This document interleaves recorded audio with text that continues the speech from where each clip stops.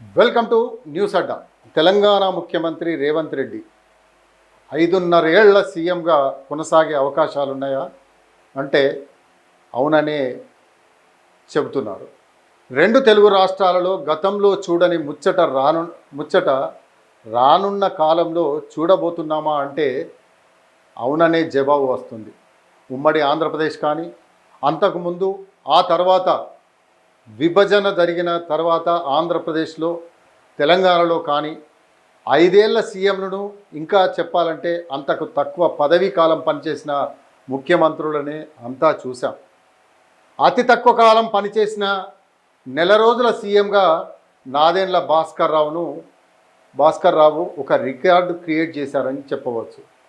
ఇప్పుడు 5.5 ఏళ్లకు పైగా సీఎంగా పనిచేసి తెలంగాణ సీఎం రేవంత్ రెడ్డి సరికొత్త రికార్డు క్రియేట్ చేయబోతున్నారా అంటే రేవంత్ రెడ్డి మాటలను బట్టి చూస్తే జరగబోయేది అదే అని అర్థమవుతుంది. రేవంత్ రెడ్డి తాజాగా ఖమ్మం జిల్లాలో జరిగిన సభలో మాట్లాడుతూ చేసిన వ్యాఖ్యలు ఎన్నో ఆలోచనలు, ప్రశ్నలకు, చర్చలకు తావిస్తున్నాయని చెప్పాలి. ఆయన ఈ సందర్భంగా సంచలన వ్యాఖ్యలు చేసిన సంగతి మనకు తెలుసు.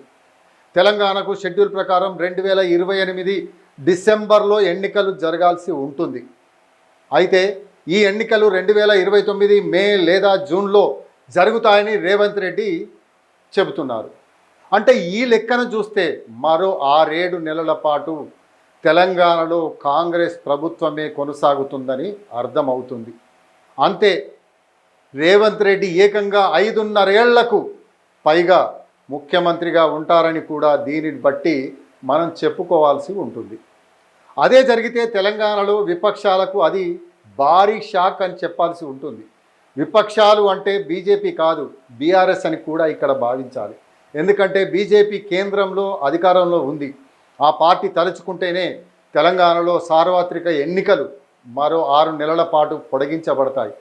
దాంతో మరో 2 ఏళ్ళు ఆగండి, మనదే ప్రభుత్వం అని తరచూ బీఆర్ఎస్ అగ్రనేతలు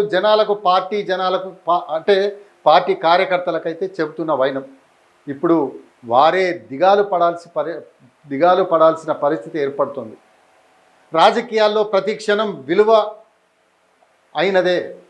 అలాంటిది ఏకంగా 6-7 నెలలు కాంగ్రెస్కి అదనంగా కలిసి వస్తే ఖచ్చితంగా తెలంగాణ రాజకీయ సమీకరణలనే అది సమూలంగా మార్చేసే ఛాన్స్ ఉంటుందని చెప్పవచ్చు. అలాంటప్పుడు మరోసారి కాంగ్రెస్ అధికారంలోకి వచ్చే అవకాశం సైతం ఉండొచ్చు. ఏది ఏమైనా రేవంత్ రెడ్డి చెప్పిన ఈ మాటలు తెలంగాణ రాజకీయాల్లో బిగ్ డిబేట్గా మారబోతున్నాయని మనం చెప్పవచ్చు.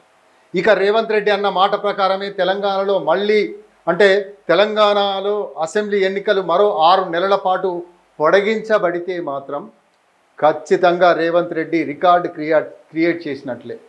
దేశంలో 6 ఏళ్ల పాటు ప్రధానిగా ఇందిరాగాంధీ ఎమర్జెన్సీ టైంలో పనిచేశారు.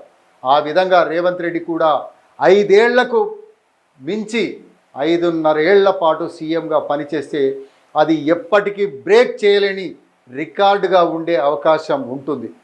ఏది ఏమైనా రేవంత్ రెడ్డి తాజా సభలో చేసిన సంచలన కామెంట్స్ బిగ్ డిబేట్కి దారితీస్తున్నాయి.